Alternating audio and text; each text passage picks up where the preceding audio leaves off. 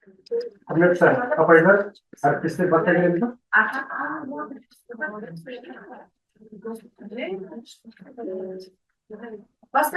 Иә.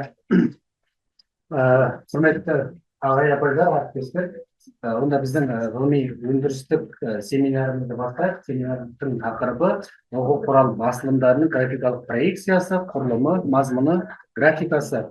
Бұл міндетті орындауға біздің бөлімнің 4 маман қатысты. ПЦП-ның аты жазылып еді, мына жерде сол көрінбей қалыпты. Енді жалпы оқу құралы, бұны біз бұған дейін де көрсеткенбіз сіздерге, бірақ осы жылдың басынан бері тағы да анықтай түскенде кейбір мәселелерді толықтырды. Бұл жерде оқу құралы деген бізде ПЦП-дан міндет болған, оқу құралының графикалық проекциясын жасау деген үлкен міндет бар біздің бөлімнен. Сол бойынша оқу құралы деген жалпы Ахмет Байтұрсынұлының еңбектерінің ішінде қай еңбектерін қамтиды деген мәселеге біз назар аудардық. Ол өзі 3 бөлімге бөлінеді. Бірінші оқу құралы әліппе, екінші оқу құралы баяншы, үшінші оқу құралы хрестоматия. Бұл жерде осы бірінші зерттеудің бірден нәтижелерін сіздерге көрсетіп отырмыз, оның барысын немесе бұл кейбір мәселелерін уақыттарыңызды алмас үшін. Енді әліппе деген ол балаларға арналған әліппе, үлкендерге арналған әліппе және араб парсы сөздерін жазуға арналған әліппе болып 3 бөлімге бөлінеді екен. Енді бұл балаларға арналған әліппе кейін әліпби болған 1926-28 жылдары. 1912-29 жылдары бұл 25 жылдары бұл оқу құралы болған. Енді үлкендерге арналған әліпби 21-26 жылдары үлкендерге арналған әліпби осы жылдар ғана шыққан. Одан бұрын шықпаған ол. Бұл алғашында әліппе оқу құралы деп аталған, кейін 24-26 жылдары екі басылым шыққанда ол сауатташқыш болып өзгерген. Міне қарасаңыздар, оқу құралы бірінші әліпбеден осындай атаулар тарайды: әліпби, сауатташқыш және араб парсы сөздеріне жүреді. Енді бұл баяншы. Баяншы деген еңбегі жалпы әліппе ол балаларға жазу үйрететін, үлкендерге, ересектерге жазу үйрететін кітап. Баяншы бұл мұғалімдерге, соны үйрету үшін нұсқаулық кітап, мұғалімдерге арналған. Енді ол өзі емле ережелері 1923-24 жылдары емле ереже болған, 23 жылғы ереже және білімпаздар съезіне қабылданған, осы баяншы негізінде жасалған. Сосын ол әліппе астары болып өзгерген, 24 жылғы әліппе астары өкінішке орай бүгінге дейін табылған жоқ. Осы біз енді бұл болжам. Шамамен осы әліппе астары осы баяншының жалғасы. Өйткені басқа кітаптарға ешбір мазмұны келмейді, бұны салыстырып зерттеп көрдік және оны жазған мақалада оны айтып өттік. Әліппе астары деген осы баяншының жалғасы. Енді хрестоматия. Бұның өзі оқу мәтіндері ғой, оқу мәтіндері бұл алғашқы кезеңнен бастап шыққан. Енді ол өзі оқу құралы 1912-ден 13 жылдарындағы мына бір дерек бар. 3-ші кітап. Қысқасы оқу құралы бірінші балаларға арналған әліппе, екінші мына араб парсы сөздерін жазатын әліппе, үшіншісі сауатташқыш болып қазір осы 3 түрі ғана белгілі. Ал енді біз оның үшінші кітабы болғанын анықтап отырмыз. Яғни оқу құралының тағы да бір кітап болған. Оны сондай деректерден біз анықтадық, бірақ ол кітап бүгінге дейін табылмаған. Ол кітап жоқ.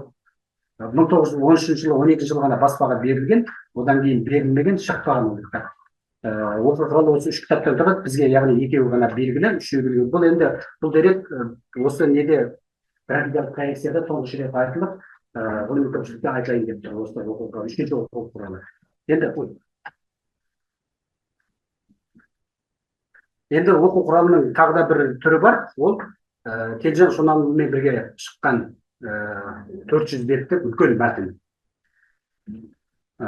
Жалпы оқу құралы деген осындай мәтіндерден тұрады. Енді біз осының ішінде графикалық проекциясын жасауымыз керек. Тек қана негізгі мақсат, әлде бұл нәрсе анықталмай тұрғандағы басты мақсатымыз осы балаларға арналған әліппені оқу құралы деген әліппенің графикалық проекциясын жасау еді. Сондықтан біз балаларға арналған әліппенің графикалық проекциясын жасадық. Яғни балаларға сосын астындағы балаларға арналған әліппенің өзі 13 басылым бар. Енді жалпы оқу құралының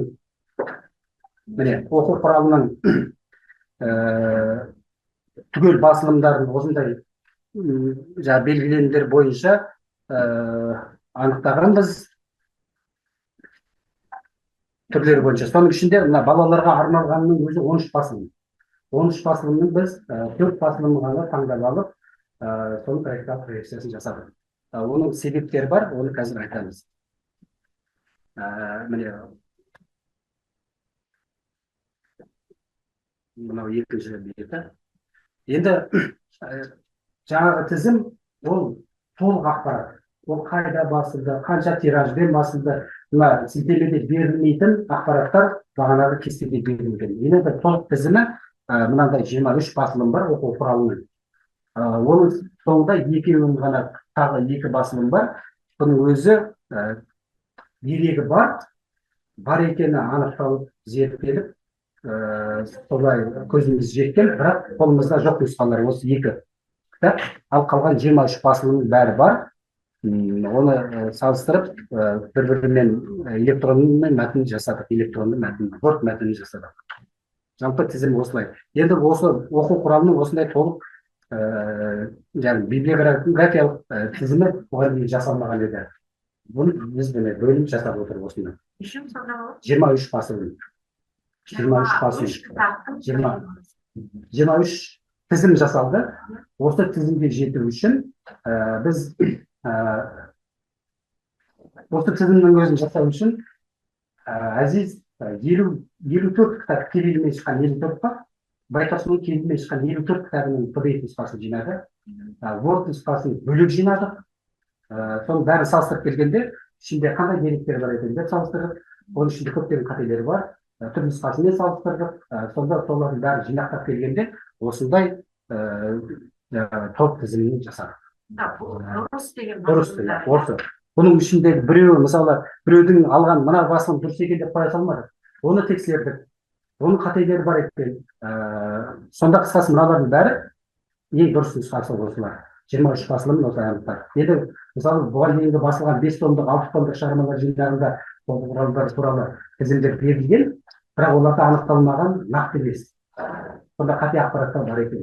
Оны біз тексеріп, соларды бірақ пайдалана отырып, түпнұсқаны пайдалана отырып, осылай толық тізімін жасап шықтық. Енді соның нәтижесінде бағанағыдай 56 кітап бар, қаншама жасалған Word нұсқасы бар кітаптың. Сонымен біз оның бәрін оқу құралының 23 басылымын анықтап, 23 басылымның Word нұсқасын жасадық. Word нұсқасын аудардық. Енді сол Word нұсқасын бір-бірімен салыстыра келгенде мынандай нәтижелер болды. 30 беттік ғылыми мақала жаздық, 30 беттік. Сонда міне біріншісі Ахмет Байтұрсынның оқу құралының басылымдары библиографиялық, типографиялық ерекшеліктер деген бөлек бір 14 беттік сондай мәтін бар, жазылған зерттеу бар. Сосын Ахмет Байтұрсынның оқу құрал басылымдарының құрылымдық, мазмұндық және графикалық эволюциясын көрсеттік толық. Бірінші басылымда 12 жылы қалай болды, 14 жылда қалай болды, түгел 28 жылдарға дейінгісін түгел көрсеттік. Енді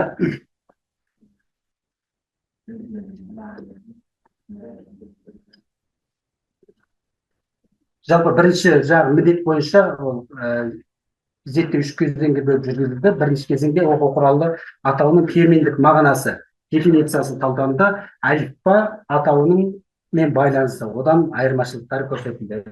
Екінші кезеңде оқу құралы деп қандай оқулық түрлері айтылатынын жаңа анықтадық.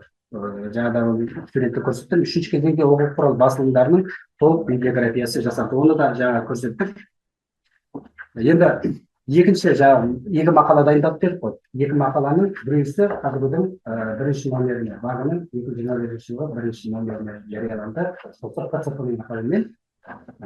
Екінші мақала Инияздың веб журналына берілді. Ол кезекке қойылды, антиклавиаттан өтті, кезекке қойылды. Ол енді екінші номеріне шығады емес, үшінші, төртінші номерлеріне шығады. Сол екінші мақала Иниязға берілген. Мына мәселелер қарастырылды. Оқу құралының жинақталған 23 басылымының 4 топқа жіктеліп, құрылымдық деректемелік ерекшеліктері анықталды. Бұл кезеңдерде зерттеудің деректанымдық бағытта жүргізілді. Екінші кезеңде лингва дидактикалық ішіндегі оқулықтың мазмұнын қарадық. онда қандай эволюция болғанын. Үшінші кезеңде оқу құрал басылымдарының графикалық. Bir кезеңде төрт нұсқасын береді әріптердің, бір кезде үш нұсқасын береді, бір кезде үйренуді таратып жазады, бір кезде таратпай жазады, бір кезде бір тегуында жазады, бір кезде бір тегуында жазбайды деген сияқты сондай графикалық ерекшеліктерін төртінші кезеңде, үшінші кезеңде қарайды. Енді осыда нәтиже не болды? Оқу құрал басылымдарының құрылымы мен жүйесіндегі өзгерістер, мазмұнындағы толықтырулар мен түзетулер графикалық эволюциясы анықталды нәтижесінде. Енді тұжырымдар. Енді осы оқу құралын топ 23 басылым салыстыру барысында біз мынадай бір тұжырымдарға келдік. Әрине зерттеу болған екен, онда тұжырымдар болу керек. Бірінші оқу құрал еңбегінде жүйеленген тіл білімінің мәселелері, оның ішіндегі жазу мәселесі ұлттық ғылымның дүниеге келуінің алғашқы бастауы деп айтуға болады. Біз Ахмет Байтұрсынұлы ұлттық ғылым бастады деп айтамыз, бірақ осы ұлттық ғылым неден басталды дегенде бірінші кезекте ол жазу мәселесінен басталған деген тұжырым мүмкін. Енді сіздер басқаша айтсаңыз егер оған келсеңіз, біздің тұжырымымыз осылай. Ұлттық ғылым жалпы жазудан басталады дейді. Әліпбеден басталады.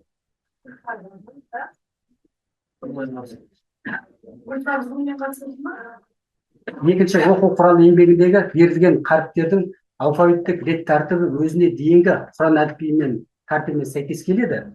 Бірақ бұның өзі оқу құралы мұсылманша кітаптардан негізін үзбегенін байқатады. Ал бірақ оның дыбыстық әдіске негізделуі, яғни әр дыбысқа бір қаріп арнауы кирилл латын әліпбиіне сәйкес келеді. Бұл әліпбидің жалпы тұлғасы мұсылман әліпбиінде, ішіндегі мазмұн мына кирилл әліпбиіндегі бұған дейінгі Алектор, Алтынсарин сияқты солардың әліпби жүйесіне мазмұны сәйкес келеді екен оқу құралының. Сосын үшінші оқу құралы атауы әліппа сөзінің орнына қолданылған. Біз оқу құралы деген атауды қазір түсінеміз, оқитын құрал деп түсінеміз. Бірақ шын мәнінде ол зерттей келгенде ол әліппа сөзінің аудармасы екен. Сол 20-шы ғасырдың басында мынандай тенденция болған. Оқу құралы әліппа деген сөзді көп адамдар қолданған. Бұл татар зиялыларының өзі айтады, бұның өзі дұрыс мағынасы жоқ. Әліп деген сөз араб тіліндегі аңның атауы, ба деген бұның атауы. Екеуінің біріктіріп қоя салған, бірақ ешқандай мағынасы жоқ деп айтады. Сондықтан оған қазақша, түркше балама табу керек дейді. Түркше дегеніміз түрік халықтарымен балама табу керек дейді. Бастама болған. Соны Байтұрсынұлы назарда ұстап, сол ұстанымды. Сонымен оны оқу құралы деп берген. Енді ғалым ойы, ғылыми шығармашылық қызметі ұдайы даму үстінде болған дәуірдің тынысы мен заманның сынына қарай оқушылар мен қоғамның сауаттылық деңгейіне сәйкес жетілдіріп отырылған. Оқу құралы қалай дұрыс болады деп емес, ол адамдар қалай тәрбиеленеді, қалай қабылдайды деген мәселені өз деңгейіне емес, оқушылардың деңгейіне сәйкес оқу құралын жазып отырған. Және заманның деңгейіне. Заман қалай тұрайды, үкімет билік органдары қалай қысым көрсетеді, соған да сәйкес оқу құралы құрылымның мазмұнының өзгеруінде сондай ерекшелік байқалған. Жаңа айтып өткен мынау әліппа деген сөз. Бұны қазір графикалық проекциясын жасайтын кісілер мына былай жасап жазып жүр. Әліппа деп жазып. Негізі оқылу былай, мына жерде басқаша ауысып кетті. Әліппа. Бұны тікелей оқысақ, бұл әліппа болады. И деген сөз жерде жоқ графикалық тұрғыда. Енді неге әліппа? Неге әліппа? Осы әліппаның өзі үш түрлі берілген. Сосын әліпби деп берілген. Бұның себебін түсіндірдік. Мына әліппаның аудармасы оқу құралы екенін айттық. Енді бұл жерде бұл емле ережелерге таза байланысты болған. Әліппа бұл бірінші кезеңдерінде былай болған. Енді ол 1923 жылы 13 баптан тұратын қазақ тілінің емле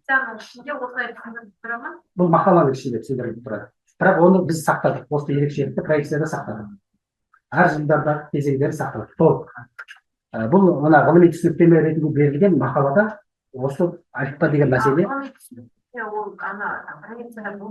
бұл соңында қарай береді. Бұл 30 береміз. Соны енді мүмкін сіздерден кеңес, мүмкін береміз ба, бермейміз ба? Ол жерде осы әліппа дегеннің қалай әліппа болған, қалай әліпби болғаны түсіндірілді. Мысалы әліппа болған себебі 23 жылы соны соны алып тастаған. Т-ның орнында не тұрады? П тұрады. Бірақ әліп деген сөз ол П мен аяқталмайды, 23-ші ереже бойынша ол Б мен аяқталады. Сондықтан әліп болған, мына А-ны әге өзгерткен, сонымен әліп ба болған 23-ші жылы.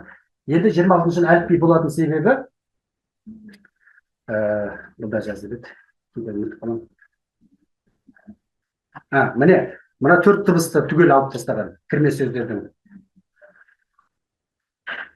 Мына жерде байқасаңыздар, 24 жылдан кейін бұл қазақ тілінің заңдылығын сақтау деген мәселе өте қатаң жүзеге асқан. 3 дауыссыз қатар келіп тұр, қарасаңыздар. 3 дауыссыз қатар келіп тұр. Соның арасына үні қосқан, ол әліп болған. Ал енді 24 жылдан кейінгі емледе бұл П, Б, П-ға өзгере бастайды. Сонда әліп, ба деген сөз енді бұны жаңа Б-ның атауы ба. Кейін би тараған, сонымен әліпби болып өзгерді. Қысқасы жазу әліппе оқу құралының атауы қалай өзгерді, соны да атап жазып өтті. Енді коррекциясын көресіз. Соны көрейікті, бұл енді ғылыми семинар емес қой. Ол келе жатыр соған апай. Сосын егер келсек, біресек қылып, сен ана сарапшыға берер алдында мен мынаны беріп жатырмын деген айтып. Жақсы. Онда мына қорытынды тұжырымдарды айтпай қояйын. Енді міне оқу құрал басылымдарының графикалық проекциясы осы 1912 жылғы таңдап алынды, 16 жылғы таңдап алынды, 23 жылғы таңдап алынды, 26 жылғы таңдап алынды. 12 жылғысын бастауын мен жасадым. 45. Жоқ, негізі 45. Өйткені ол екінші несі оқу құралының екінші кітабы араб парсы сөздеріне арналған, оған қосылмаған 1912 жылы. 16 жылғысында қосылған, бірақ біз оны алып тастадық. Өйткені ол 16 жылғысын проекциялайтын болсақ, оның 60 беттен тұрады. Ол 23 жылғысы бар, 16 жыл, мына 12 жылғысы қосу керек, сонымен біздің кітабымыз ұзайайын депті. Қазірдің өзінде осы 4 басылымды жасаған кезде шамамен 580-600 бетке бар. Және ол ана мазмұны сәйкес келмейді, ол араб парсы сөздерін жазуға арналған 12 қаріптің жазылуына арналған екінші кітап. Мұна тек қана балаларға арналған. Негізі ол Анағыны бұлдағы оқу сөздігінің проектісі. Не істерін білмей жатыр. Сол қиын. Өте қиын. Өте қиын. Жалғыз өзі қалай не істерін білмей. Егер оны жасасақ, оны бөлек кітап беру керек болады. Мына әліппелі балаларға арналған бөлек кітап, ананың екінші томдық беру керек. Онда оны жасасақ. Бірақ ол 23 жылғыда жоқ. 23 жылға бір кітап қосып жіберген. Ана кірме сөздердің 12-сінің төртеуін қалдырғанда қалған 6-8-ін алып тастап бір кітап қылып берген. Оны тағы да жүйелі бермейді. Мынаның жалғасы қайда деген сұрақ болады. 26 жылда ол жоқ. 26 жылы бәрін алып тастаған. Сондықтан біз араб парсы сөздеріне арналғанның оның бір ешқандай меніңше бір мағынасы жоқ сияқты. Оны біз графикасын көрсетудің мағынасы жоқ ешқандай. Біз одан да төл сөздерді көрсеткеніміз дұрыс болады. Қалай жазылғанын. Енді араб парсы сөздерінде қалай жазылатынын бәріне белгілі. Сол оймен біз осы 4 басылымды жасадық. Әсем 26 жылғыны жасады, мына ауысып кетті. Саяушылы 23 жылғыны жасады. Енді әркім жеке-жеке өзінің не жұмыс жасағандарын айтады. Айгерім айтасыз?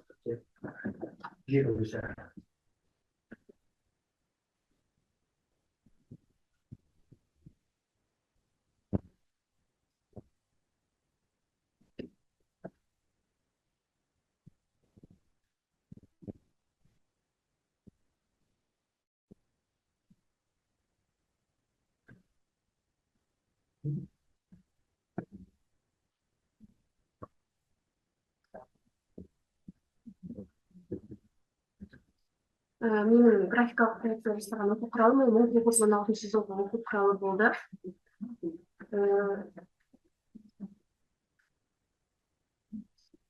Бұл оқу құралды аудармас бұрын ең алдымен Ахмет Байтұрсынұлының оқу құралы атауымен шыққан еңбектерін тізімін жинадық.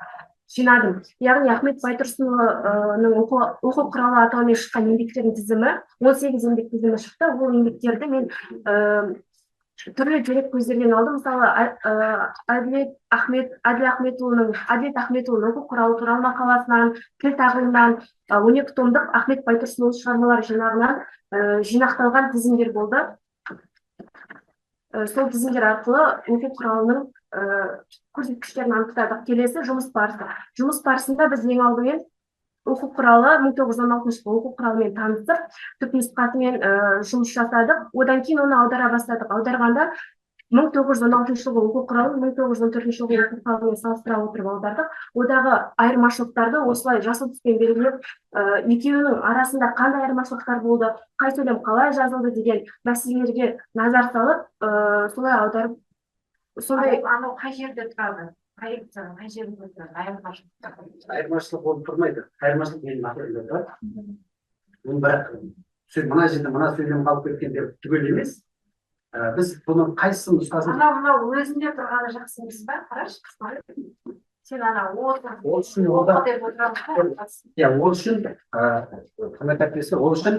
мынаның алдында 12-ші жылғысы бар, 14-ші жылғысы бар. Енді 12-ші жылғы мен 14-ші жылғының арасында көп айырмашылық жоқ, бірақ сөздерінде бар. Кейбір сөздерін алып тастаған, кейбір сөздерін түзеткен, аса көп емес. Енді 14 пен 16-ның арасында айырма көп. Мысалы, бір қаріптің 4 нұсқасын береді, 12-де бір нұсқасын ғана береді. Графикалық тұрғыда. Бірақ енді оны кириллица аударса біреу ғана болып шығады. Төте жазуда төртеу болып тұрады. Сондай айырмашылықтар. Сосын мысалдарын жарып салысқан, сонда біз төртеуін таңдаудағы логика былай болды. Қандай өзгерістер көп, қай басымдыларында. Соны таңдадық. Енді оны түгел бәрі графикалық проекциясын жасау үшін онда 14-ші жылғысын аудару керек болады, 16-ші жылғысы болады, 19-ы бар, 20-ның өзі бар, 21-дің өзі үшеу. Әр бетінде салыстырыңдар ғой. Енді сонда мына жерде айырмашылық неге болған, былай білу үшін жазып отыру керек емес пе аслы? Меніңше оны дау осы да ғой. 14-ші жылғыда бізде түпнұсқасы бар ғой. 12-ші жылғысының түпнұсқасы берілген, сонымен өз адам содан көрінеді. Оның онда әрбір сөзін жазсақ ол көп кетеді. Онда мына не қажеті бар деген ғой?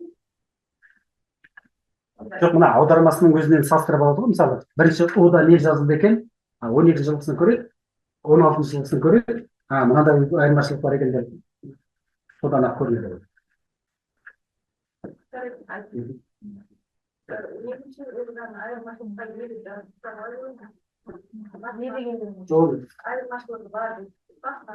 Ауыз сөздер жазылады. Ауыз сөздер жазылады. Айтпұрсын емес, айтпұрсын нақ болып жазылады. Нақ? Иә, нақ. Сен неге нақ деп жазбайсың әлі? Міне осы. Иә, нақ деп бар. Оға деп жазылмағанда.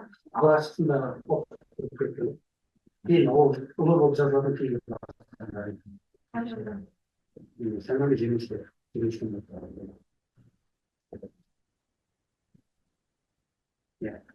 Келесі оқу құралының 1916 жылғы басылымын проекциялауда назар аударатын мәселелер менде осылар болды. Бірінші сүйетаяқ. Менде сөз басында одан кейін жалпы бұл осы басылымның Айгерімнің келесі Әзіздікінде бұл басқаша. Бұл мәселелер Әзізде жоқ. Әзіздің мәселелері бұрынғы проекциялар осы мәселе болған. Оны мен айтпаймын.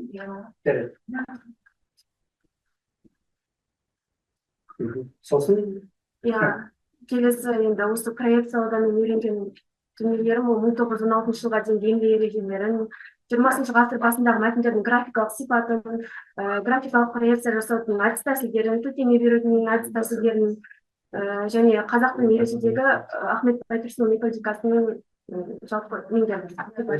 пайдасы бар. Енді тағы да осы жерде бір нәрсе айта кетейін. Айгерім осы графикалық проекцияны тексеруге қарауда маған көмекші болды. Бірінші Әзізден әсерлігі енді ғана үйреніп жатыр ғой. Айгерім бұрыннан біледі. Айгерім барады, бірінші кезекте. Одан кейін мен барамын. Мен баратын бүкіл комментарийларды өттім. Ол жағынан көбірек еңбегі бар әйелім. Өзінің ұстасын өте жақсы жасайды.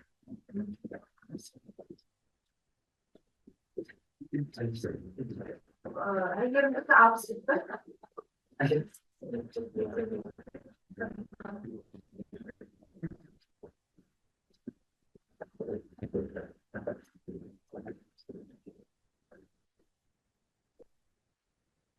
Неміз шығарайсыңдар ма, иә? Иә, біз тоғын бердік. Ажырасқа бердім. Бердік, ол конспозитор дейді.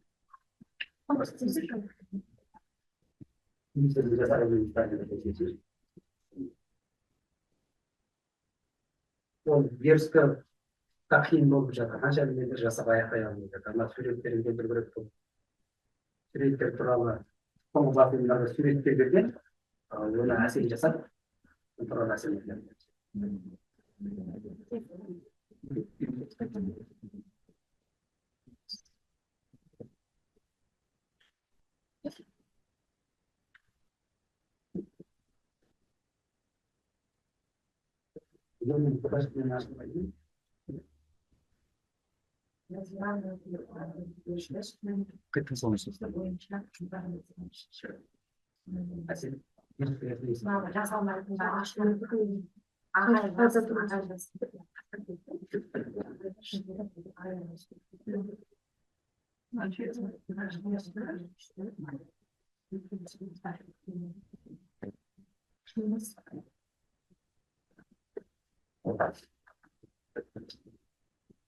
Может, кому не сразу что-нибудь.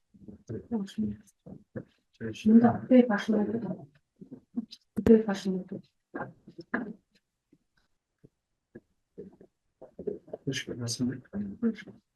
Мына үшін. Көйфте жалпы.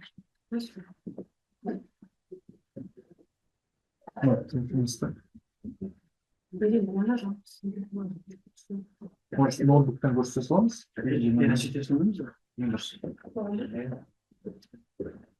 Машина алайын.